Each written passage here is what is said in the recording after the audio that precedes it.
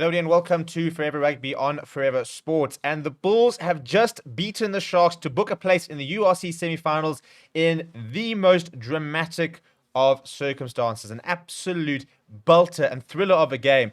The Bulls and Chris Smith slotting a drop goal in the 84th minute to give the Bulls a 30 points to 27 victory over the Sharks, who were at one stage down 27-13 and managed to come up and level it at 27 points, but just couldn't get over the line. But overall, an incredible match, an incredible contest, and just a fantastic advert for the competition and the country as a whole in terms of what this competition and what these sort of moments can mean.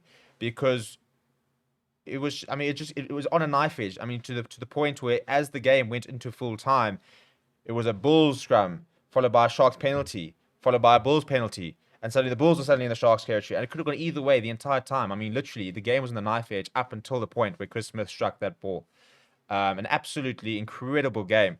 And I think a game which, after a very sloppy in first half, suddenly got very good in the second half in terms of a quality of rugby point of view. And I think we saw much better carrying, much better skill sets, and a much better structure in the second half. But, 30 points to 27 is a very high-scoring playoff match. You know, when it gets to playoff rugby, semi-finals, finals, they tend to be pretty low-scoring affairs. But before we break the game down, please do smash a like on the video and subscribe to the channel as well. The first points of the match came by the boot of Curwin Bosch in the 4th minute, and the Sharks came out like a house on fire. Their territory was really good. They were all over the Bulls. The Bulls just couldn't get out of the half.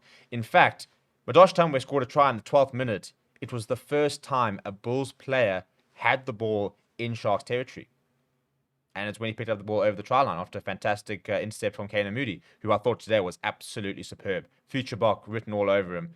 A phenomenal talent, and I think he's going to go very, very far in an international career space, let alone in a sort of a provincial and franchise space. But so Madosh Tambwe scoring the try at the 12th minute, but then the Bulls being guilty of not being able to take the restart was an issue they had a couple of times. And gifted the Sharks an opportunity to set up a line-out, which Bongi Manambi then went over. The Sharks' maul was very powerful throughout the entire match. It was probably their go-to weapon. Their maul and their scrum was very strong.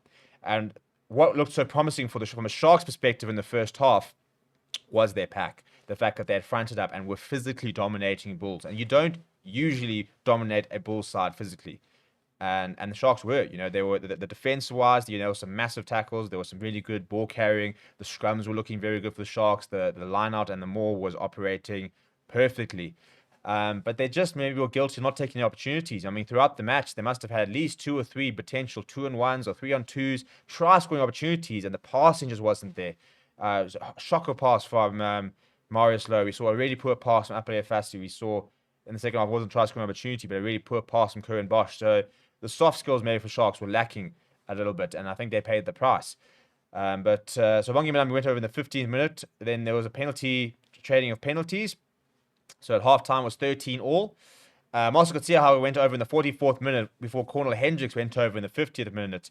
And at that point, I think many people were, and maybe even rightly so, did write the Sharks off and sit there saying, right, well, they've gone 27-13 down. It's 14 points. It's in the first 10 minutes. It's at altitude. The Bulls are at home. This is where the Bulls really sort of apply the squeeze and should be burying them, really.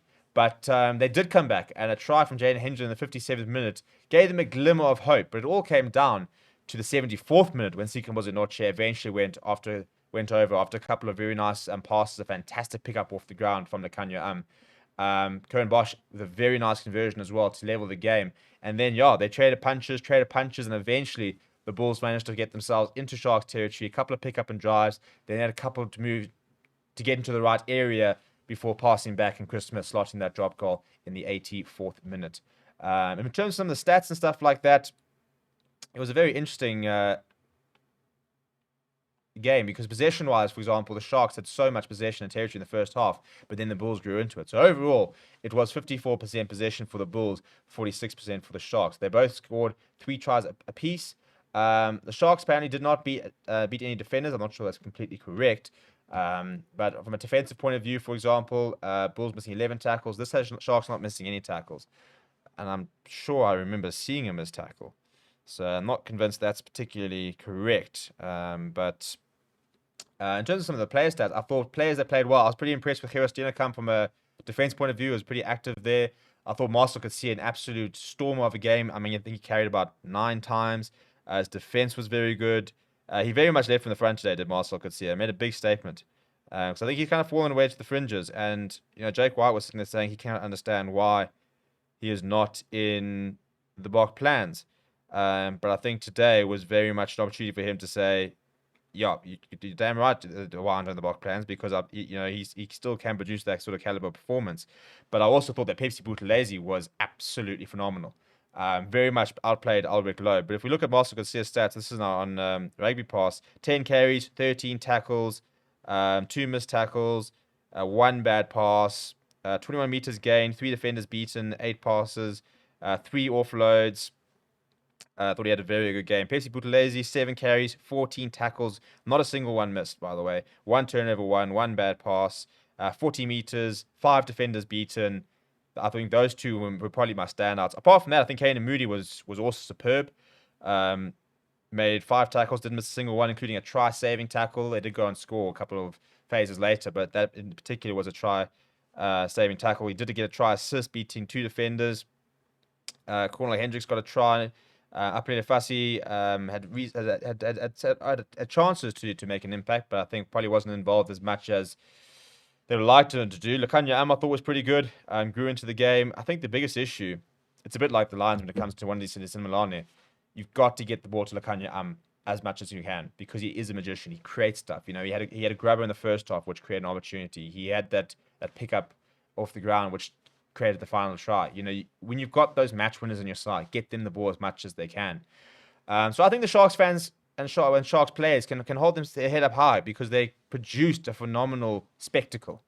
And that's what we want from this competition. We want a high standard of rugby. We want excitement. We want memorable moments. And I think this is a very memorable match. So, yeah, let me know what you think about the match down in the comments below. Please do smash a like on the video and subscribe to the channel. The Stormers will be taking on Edinburgh tonight, and hopefully trying to join the Bulls in the URC semi-finals. For the Sharks, it's the end of the road, but they are very much building a project. In a year's time, they're going to be playing this game with Vincent Tuko, with Carly Sardi, with Eben Etzebeth, amongst many other acquisitions. So they are only going to get better, but couldn't get over the line this week. But yeah, thank you very much. My name is Steven, and as always, I'll see you soon.